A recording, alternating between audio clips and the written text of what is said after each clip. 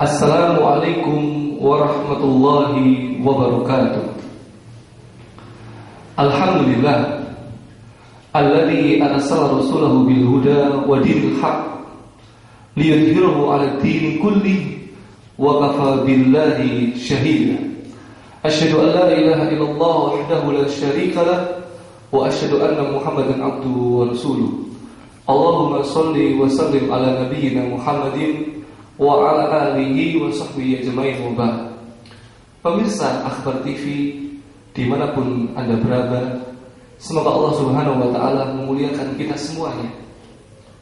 Dalam sebuah hadis riwayat Muslim dari sahabat Abu Sa'id Al-Khudri radhiyallahu ta'ala anhu, beliau mendengar bahwa Rasulullah SAW bersabda, ketika para penghuni surga telah sampai di depan pintu surga, maka ada seorang penyeru yang berkata, innalakum antasihu falatasqamu abadan. Sekarang kalian semua ini akan sehat dan tidak akan sakit selamanya. Kemudian innalakum antahyaw falatamutu abadan. Sekarang kalian semua akan hidup dan tidak akan mati selamanya. Kemudian innalakum antasibu fala tahramu abadan. Dan sekarang kalian ini akan muda terus dan tidak pernah tua selamanya. Yang terakhir pemirsa Akhbar TV, kemudian diseru mereka, dikatakan innalakum tan'amu fala tab'asu abadan. Kalian semua sekarang akan senang-senang dan tidak akan putus asa abadan. Pemirsa Akhbar TV, abadan, selama-lamanya. Apa itu pemirsa? Apakah yang disebut dalam hadis? Apakah yang dimaksudkan oleh penyeru tersebut? Itulah surganya Allah. Itulah kenikmatan yang paling tinggi. Surga dengan berbagai macam namanya, berbagai macam definisinya, berbagai macam sifat-sifatnya. Jannatul khuld, Jannatul Na'im, Jannatul Ma'wa, Jannatul Firdaus, dan seterusnya. Ada sekitar 100 ayat di 100 tempat dalam Al-Quranul Karim yang menceritakan tentang surganya Allah Subhanahu wa ta'ala.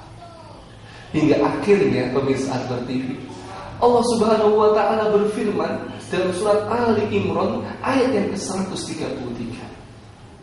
Allah berfirman, wasari'u ila maghfiratin min rabbikum wa jannatin arduhas samawati wal ard u'iddat lil muttaqin. Dan bersegera, mari kita bersegera menuju ampunan Rabb kita Allah dan mendapatkan surganya Allah yang luasnya pada jemaah, luasnya seluas langit dan bumi. Ayat ini turun berkenaan dengan seorang sahabat yang bernama sahabat Umar bin Al-Humam radhiyallahu ta'ala anhu. Beliau pada saat itu bertanya tentang luasnya surga. Maka Rasulullah SAW menjelaskan tentang ayat ini. Hingga akhirnya sahabat Umar bin Akhbar TV, Masya Allah, pada waktu itu sedang menikmati kurma. Ketika mendengar ayat yang mulia ini, penjelasan dari Rasulullah SAW ini, langsung kurmanya dibuang sambil berkata, saya tidak mau hidup lama-lama di dunia. Apa hidup lama-lama itu buat pemirsa Akhbar TV? Makan kurma itu.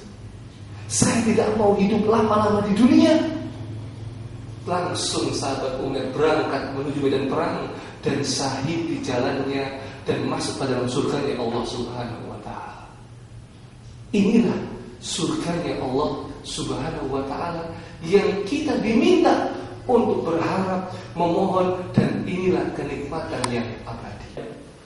Berikut coba kita melihat sebuah kisah-kisah yang diceritakan oleh Allah tentang keadaan di surganya Allah Subhanahu wa ta'ala. Pemirsa Akhbar TV, semoga Allah Subhanahu wa ta'ala memuliakan kita semuanya. Kisah ini bisa kita lihat tentang apa yang akan terjadi, aktivitas apa yang akan dilakukan bagi penghuni surga kelak. Mari kita melihat di dalam Al-Quranul Karim, surat yang ke-37, surat As-Saffat, dari ayat yang ke-41 sampai ke-49. Kita mulai dari ayat yang ke-43. Allah Subhanahu wa ta'ala berfirman, fi jannatin na'im, di dalam surga-surga yang berbagai macam kenikmatannya. Apa kenikmatannya, pemirsa Akbar TV? Salah satunya Allah ceritakan di ayat selanjutnya. Ala sururin mutaqabilin, mereka duduk berhadap-hadapan di atas dipan-dipan. Mereka duduk berhadap-hadapan di atas meja-meja kebesaran mereka. Pada tafsir jalan lain sampai dikatakan mereka tidak melihat, tidak bisa melihat tengkuk saudara yang ada di hadapannya karena saking lurusnya hadap-hadapannya. Apa ini para jamaah? Aktivitas apa bagi penghuni surga? Inilah yang namanya duduk-duduk. Kalau bahasa Surabaya cangkruk aduk, kalau bahasa Yogyakarta angkringan, kalau bahasa Arab majelis. Ini dalam rangka bermajelis, duduk-duduk, ngobrol. Pemirsa Akbar TV, inilah aktivitas penghuni surga. Dan tidak sama dengan aktivitas penghuni dunia yang sekarang mereka duduk-duduk di mana saja, di kampung, di perumahan, di mal, di warung kopi, di rumah makan, dan seterusnya, di pinggir jalan, dan di mana-mana. Mereka duduk-duduk bukan dalam rangka mengingat Allah, dalam rangka sedikit sekali mengingat Allah Subhanahu wa ta'ala.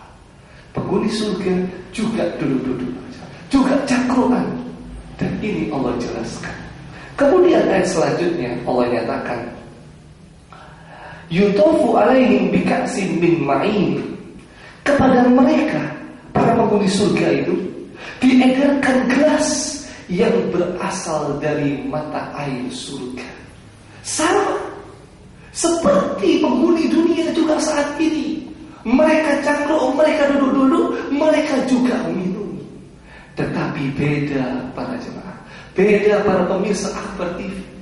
Kalau nongkrongnya, duduk-duduknya, majelisnya penghuni surga, yang diedarkan adalah khamr. Yang perlu kita pahamkan bahwa khamr di surga dengan khamr di dunia beda. Nama boleh sama, hakikat sifat karakteristik berbeda.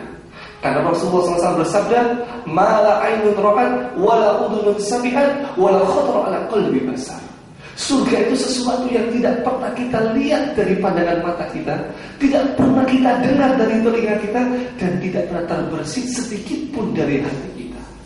Mereka minum khamr. Kemudian Allah lanjutkan ayat ini, bagaimana karakteristik khamrnya? Baido ala dhatil lisyaribin.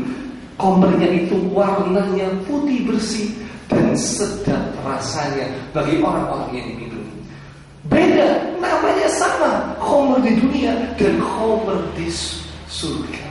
Tapi khamr di dunia karakteristiknya seperti ini, khamr di surga rasanya sedap, rasanya enak, warnanya putih. Kemudian Allah lanjutkan ayat ini, la fiha qaulun wa lahum anha yunzafun. Tidak ada di dalam khamr di surga itu unsur yang memabukkan sedikit pun, dan mereka tidak mabuk karena minum khamr. Ini yang membedakan pemirsa Akbar TV. Makanya kenapa Allah dan Rasulnya mengharamkan kita minum khamr di dunia, karena nanti khamr itu adalah kenikmatan yang ada di surganya Allah Subhanahu wa ta'ala. Sekali lagi, nama boleh sama, tetapi hakikat karakteristik yang berbeda. Saya lanjutkan ayat ini. Kemudian Allah berfirman, wa indahum qasiratut tarfi'in. Masya Allah. Sambil mereka duduk-duduk, nongkrong, ngobrol, kemudian minum khamr, di sisi mereka ada bidadari-bidadari yang matanya indah dan membatasi pandangannya. Masya Allah. Saya tidak perlu cerita banyak tentang bidadari, tapi cukuplah sebuah hadis yang menceritakan jikalau bidadari di surga itu dunia ini pemirsa Akbar TV, Masya Allah, maka akan menerangi langit dan bumi kita. Kemudian di bumi kita ini akan dikeluarkan bau wangi-wangian dari satu saja bidadari di surga. Kemudian Rasulullah SAW melanjutkan hadis ini, wala nasifuha ala ra'siha khairun minad dunya wa ma fiha. Dan tutup kelaparannya, kerudungnya, jilbabnya bidadari itu khairun minad dunya wa ma fiha, lebih baik dari dunia dan seisinya. Masya Allah. Kalau kita kumpulkan top model, top artis, ya kan, wanita-wanita yang cantik di dunia, baik dalam maupun luar negeri, semuanya kita kumpulkan jadi satu, apalagi dengan kontes Miss World dan sebagainya, dibandingkan dengan satu bidadari saja, maka jilbabnya bidadari lebih indah dan lebih baik, lebih jelita daripada wanita-wanita yang top di dunia ini. Makanya lagi-lagi pemirsa Akbar TV, kenapa Allah larang kita untuk menahan pandangan dan menahan memelihara kemaluan? Kenapa? Karena nanti pandangan itu, kemaluan juga akan kita puaskan, berlezat-lezat dengan bidadari Allah di surganya Allah Subhanahu wa Ta'ala. Sebuah cerita yang menarik tentang kisah-kisah sahabat ridwanullah alaihim ajma'in. Pemirsa Akbar TV, mari kita berbagi cerita ini, kisah nyata dari sahabat-sahabat yang mulia ridwanullah alaihim ajma'in. Semoga Allah meridhoi mereka semua. Yang pertama, sahabat Sa'ad bin Khaythama. Kisah ini antara sahabat Sa'ad dengan anaknya Khaythama. Pada waktu itu mereka berebut apa? Berebut berangkat perang di sebuah medan perang Badar. Sahabat Sa'ad bin Khaythama sama ayah dan anaknya sampai berdebat, siapakah yang lebih duluan untuk berangkat ke medan perang Badar. Bahkan sampai kisah tersebut mereka mengundi dengan anak panah, dan sahabat Sa'ad, seorang anak ini yang berangkat ke medan perang. Jadi untuk melakukan peperangan, mereka sampai berebut, mereka sampai mengundi diri-diri mereka dengan anak-anak. Ada kisah yang lain pemirsa Akbar TV. Sahabat Amr bin Al-Jamuh.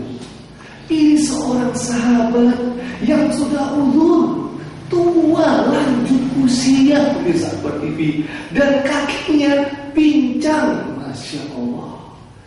Tetapi bagaimana sahabat Amr bin Al-Jamuh ini ingin berangkat ke medan perang Uhud, yang itu dihalang-halangi oleh anak-anaknya, karena sahabat ini sudah tua renta, kakinya pincang pula. Insya Allah ada uzur bagi sahabat yang sudah tua renta ini. Tetapi apa jawaban sahabat Amr bin Al-Jamuh ini?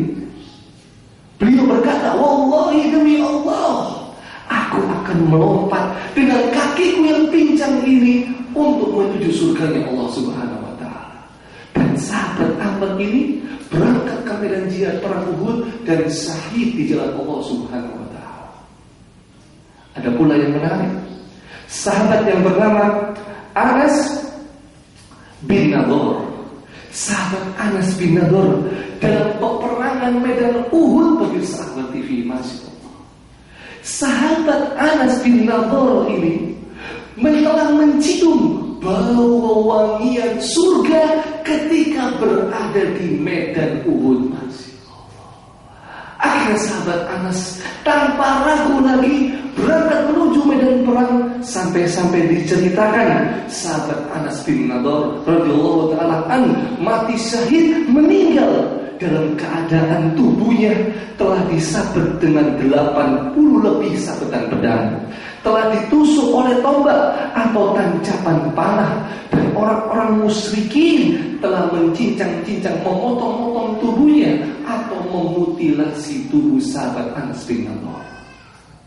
Mari kita lihat, mari kita renungkan, kita bayangkan dan pikirkan pemirsa Akbar TV. Kenapa mereka bergiang? Kenapa mereka tidak ada ketakutan sama sekali? Kenapa mereka mempunyai rasa harap yang tinggi? Karena firman Allah Subhanahu wa ta'ala yang mulia dalam surat yang ketiga, surat Ali Imran ayat 185. Allah nyatakan, "Faman zuhziha 'anil nar wa udkhilal jannah faqad faz." Barang siapa yang dijauhkan dari neraka dan dimasukkan ke dalam surga, maka sungguh dia telah memperoleh kemenangan. Wa mal hayatud dunya illa mata'ul ghurur. Dan tidaklah kehidupan dunia ini hanyalah kesenangan yang menipu, kesenangan yang memperdaya. Maka mari pemirsa Akbar TV, saya mengajak secara khusus kepada diri saya pribadi maupun kepada pemirsa sekalian, mari kita rubah konsep tujuan hidup kita. Kita rubah cita-cita tertinggi dalam hidup kita. Bahwa cita-cita seorang mukmin, konsep hidupnya, tujuan yang paling mulia adalah surganya Allah Subhanahu wa ta'ala. Kita hidup di dunia ini dalam rangka menuju surganya Allah Subhanahu wa ta'ala. Dan kita tidak boleh tertipu dengan pemahaman orang-orang sufi, pemahaman tasawuf yang mengatakan bahwa beribadah jangan karena surga dan jangan karena neraka. Yang penting beribadah itu semata-mata karena Allah Subhanahu wa ta'ala. Maka apa yang dipahamkan oleh pemahaman tasawuf ini berbeda jauh 180 derajat dengan apa yang dipahami oleh para sahabat, dengan apa yang termaktub dalam Al-Quran dan tercatat dalam hadis Rasulullah SAW. Semoga Allah Subhanahu wa ta'ala menjadikan saya, menjadikan kita semua, khususnya pemirsa Akbar TV, semoga Allah Subhanahu wa ta'ala mempertemukan kita kembali, saling nongkrong bersama, duduk-duduk bersama di sebuah tempat, di sebuah kebun, di surganya Allah Subhanahu wa ta'ala. Amin Allahumma amin. Demikian apa yang bisa saya sampaikan. Kurang lebihnya mohon maaf. Billahi taufiq wal hidayah. Wassalamualaikum warahmatullahi wabarakatuh.